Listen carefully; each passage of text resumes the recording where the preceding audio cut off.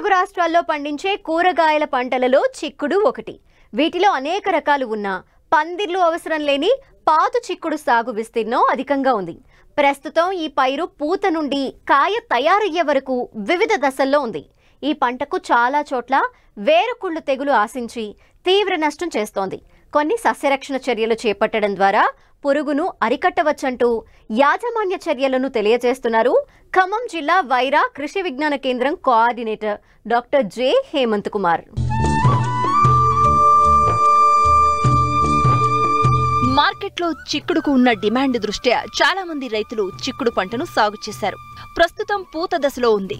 కొన్ని ప్రాంతాల్లో కాయ తయారయ్యే దశలో ఉంది. ముఖ్యంగా ఖమ్మం జిల్లాలో చిక్కుడు పంటకు వేరుకుళ్ళు తెగులు ఆశించినట్లు శాస్త్రవేత్తలు గుర్తించారు. ఈ తెగులు మొలక దశ నుండి కోత దశ వరకు వచ్చే అవకాశం ఉంది. ఇది ఆశించిన ప్రాంతాల్లో రైతులు జాగ్రత్తగా ఉంటూ సమగ్ర సస్యరక్షణ చర్యలు చేపట్టినట్లయితే మంచి దిగుబడిని పొందే అవకాశం ఉంటుందని తెలియజేస్తున్నారు ఖమ్మం జిల్లా Wyra Krishi Vigyan Kendra coordinator doctor J Hemanth Kumar. Khammam జిల్లాలో ముఖ్యంగా ఖమ్మం పట్టణానికి దగ్గర ఉన్నటువంటి ప్రాంతాల్లో కానీ చూసుకున్నట్టయితే కూరగాయల సాగు అనేది ఎక్కువగా విస్తీర్ణంలో సాగు చేయడం జరుగుతూ ఉంది. ఈ ముఖ్యంగా ఇప్పుడు ఉన్నటువంటి చిక్కుడు చూసుకున్నట్టయితే పూత దశ, అదే రకంగా కొన్ని ప్రాంతాల్లో కాయ తయారయ్యే దశలో ఉంది. ఈ దశలో ఉన్నటువంటి చిక్కుడులో కనుక ప్రస్తుతం చూసుకున్నట్టయితే కొన్ని ప్రాంతాల్లో ఈ వేరుకుళ్ళు తెగులు అనేది ఆశించి నష్టపరుస్తున్నట్టుగా గమనించడం జరిగింది. ఈ చిక్కుడులో వేరుకుళ్ళు తెగులు యొక్క లక్షణాలు కనుక మనం గమనించినట్టయితే ఆకులన్నీ కూడా పసుపచ్చ మారటం, దాంతోపాటు ఆకులని రాలిపోవడం కూడా జరుగుతూ ఉంటుంది.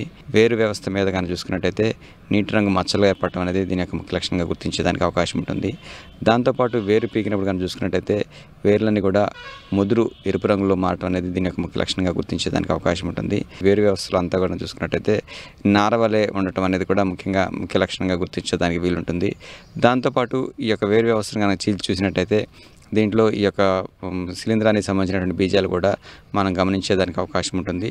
విత్తిన తర్వాత మొలక దశ నుంచి అదే రకంగా ఆఖరి దశ వరకు అంటే కోత దశ వరకు కూడా ఆశించేదానికి అవకాశం ఉంటుంది. కాబట్టి ఎక్కడైతే ఈ యొక్క తెగులు ఆశించిందో ఇలాంటి ప్రాంతాల్లో జాగ్రత్తగా ఉంటూ కొన్ని నివారణ చర్యలు చేపట్టినట్టయితే ఈ తెగుల్ని సమర్థవంతంగా అరికట్టేదానికి అవకాశం ఉంటుంది.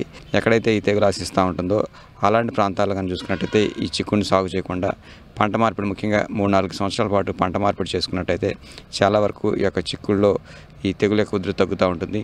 ముఖ్యంగా పంట మార్పిడి విషయంకి వచ్చినట్టయితే చిక్కుడుకు సంబంధించినటువంటి ఈ వేరుకుళ్ళు తెగులకు సంబంధించినటువంటి శిలీంధ్రం ముఖ్యంగా చిరుధాన్యాలు అంటే ముఖ్యంగా జొన్న కానివ్వండి, మొక్కజొన్న కానీ ఇలాంటి పంటల మీద ఆశించేదానికి అవకాశం తక్కువగా ఉంటుంది. కాబట్టి ఈ మొక్కజొన్న, అదే రకంగా జొన్న, చిరుధాన్యాలతో కనుక మనం పంట మార్పిడి చేసుకున్నట్టయితే భూమిలో దీని యొక్క శిలీంధ్ర బీజాలు చాలా వరకు నశించిపోయి తర్వాత మనం చిక్కుడుకి వెళ్ళినప్పుడు కూడా ఇబ్బంది ఉండే పరిస్థితి ఉండదు.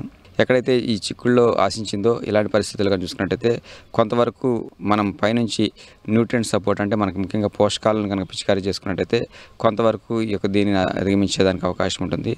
ట్రైకోడర్మా విరిడి అనేది కేజీ 90 కేజీల పశువుల ఎరువు, దాంతోపాటు వేపపిండి ఒక 10 కేజీలు కలిపి కనుక 15 రోజుల పాటు చెట్టు కింద ఉంచి దాని తర్వాత దీన్ని తీసుకెళ్ళి మనం ఎక్కడైతే విత్తనాలు విత్తామో అలాంటి పరిస్థితుల్లో కనుక వేసుకున్నట్టయితే ఇది భూమితో పాటు అభివృద్ధి చెంది తద్వారా ఈ యొక్క వేరుకుళ్ళు తెగులు ఆశించేదానికి అవకాశం చాలా వరకు తక్కువగా ఉంటుంది. ముఖ్యంగా విత్తన శుద్ధి కూడా చేసుకున్నట్టయితే ముఖ్యంగా థైరామ్తో ఏంటంటే 3 గ్రాములు కేజీ విత్తనాలు కలిపి విత్తన శుద్ధి చేసుకున్నట్టయితే చాలా వరకు ఈ యొక్క తెగులు తీవ్రత అనేది తగ్గుతూ ఉంటుంది. ముఖ్యంగా భూమిలో దీని యొక్క ఉధృతి ఎక్కువగా ఉంటుంది కాబట్టి పంట మార్పిడి చేయటం, దాంతోపాటుగా ఈ యొక్క ట్రైకోడర్మాను వేసుకోవటం, దాంతోపాటు విత్తన శుద్ధి చేసుకున్నట్టయితే చాలా వరకు ఈ తెగుల్ని అధిగమించి తద్వారా మంచి దిగుబడి సాధించేదానికి వీలుంటుంది.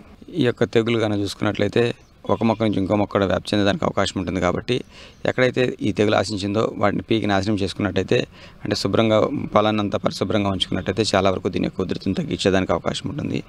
సో ముఖ్యంగా నీరు పారించే సమయంలో కూడా తెగులు ఆశించిన మొక్క నుంచి వేరే మొక్కకు పారించడం అనేది చేయకూడదు. ఎందుకంటే ఒక మొక్క నుంచి ఇంకో మొక్క కూడా ఈ తెగులు వ్యాపించేదానికి అవకాశం ఉంటుంది. కాబట్టి ఇట్లా చేయకపోవడం వల్ల వ్యాప్తి ఎక్కువగా ఉండేదానికి అవకాశం ఉంటుంది. కాబట్టి తెగులు సోకిన మొక్క నుంచి మంచి మొక్కలకు నీరు పారించడం నివారించినట్టయితే చాలా వరకు దీని యొక్క వ్యాప్తిని అరికట్టి తద్వారా వేరే మొక్కలకు వెళ్లకుండా కాపాడి ఇప్పుడున్నటువంటి పరిస్థితుల్లో ఈ తెగుల్ని చాలా వరకు అధిగమించేదానికి అవకాశం ఉంటుంది. సాధారణంగా ఈ తెగులు ఒక మొక్క నుండి మరో మొక్కకు ఆశిస్తుంది.